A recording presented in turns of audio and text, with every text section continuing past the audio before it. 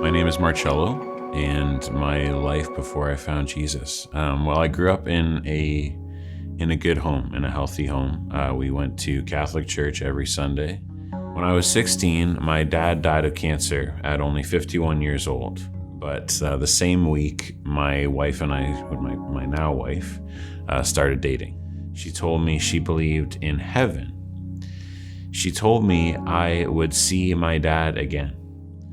And so that began what I later learned was a bit of her sharing her faith with me, and eventually she told me about Jesus. Most of my high school years, until meeting Rachel, my wife, and then slowly after, and still afterwards, after meeting her, I was in and out of drug addiction.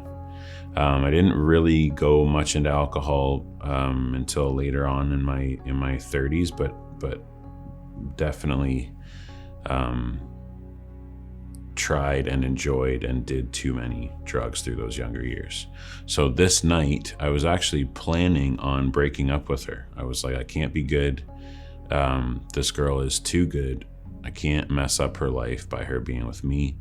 And in the midst of an episode on drugs, all of a sudden I had this wave come over me, literally like as if a waterfall was going over me.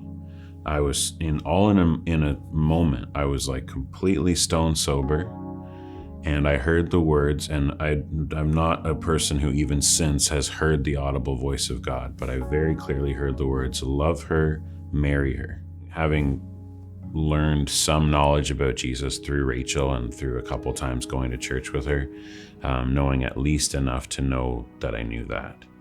And so I've always told people since, once you know the truth, you can't unknow it. I secretly lived in the dark, blinding grip of sin. After more secret drinking, more secret partying, more of the same pattern of blacking out, I got behind the wheel of my pickup truck and attempted to drive home. I don't remember what happened next. I don't remember what I did, but I did it. Hours later, I woke up to multiple police officers arresting me. They informed me that during that drive home, I had hit 2 people with my truck. The officers informed me that one of those people had sustained severe injuries, and then the officers informed me that the other had died. 2.5 years later, after a lengthy investigation and trial, I was sentenced to 6 years in federal prison. On the day of my conviction, while I could not change what I had done, Jesus Christ gave me a choice: to continue down the same road I had been traveling for 15 years, or to surrender my life to Him, fully trusting Him with whatever came next. I chose, thankfully, to surrender. It was, in the truest sense, God's perfect justice and gracious mercy all in one. It was like the impossible had happened. While in prison, I sought the Lord with all my heart, with all my soul, with all my mind, with all my strength. And He showed me that the only way I could carry the weight of my past, the only way I could relinquish the worries of what might happen to my family, to my victims' families, the only way I could get through each day was to desperately cling to Him. Yeah, that would be my advice, is even if you don't feel like changing, even if you don't feel like you need God, if there is even the smallest inkling in someone to lead you at all in that direction, just be open and honest with exactly where you're at. And I would say the same thing to people struggling in their faith. Don't try to hide it.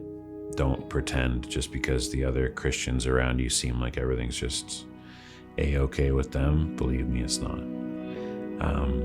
The more that we're all open and honest about our struggles, the more that we're all open and honest about not just our sins, but our doubts, our hardships, things that have happened to us, the hurts that have happened to us, the more we're actually exemplifying the truth of God, the more that we're actually exemplifying true discipleship. And you don't know, I tell my kids this all the time, don't underestimate what God wants to use you as a light for in someone else's life. And you might not think talking about your struggles is shedding light, but it 100% is, because I guarantee you someone around you is either having the same struggle or something similar, or at least, again, gives them license to open up about whatever their struggle is. So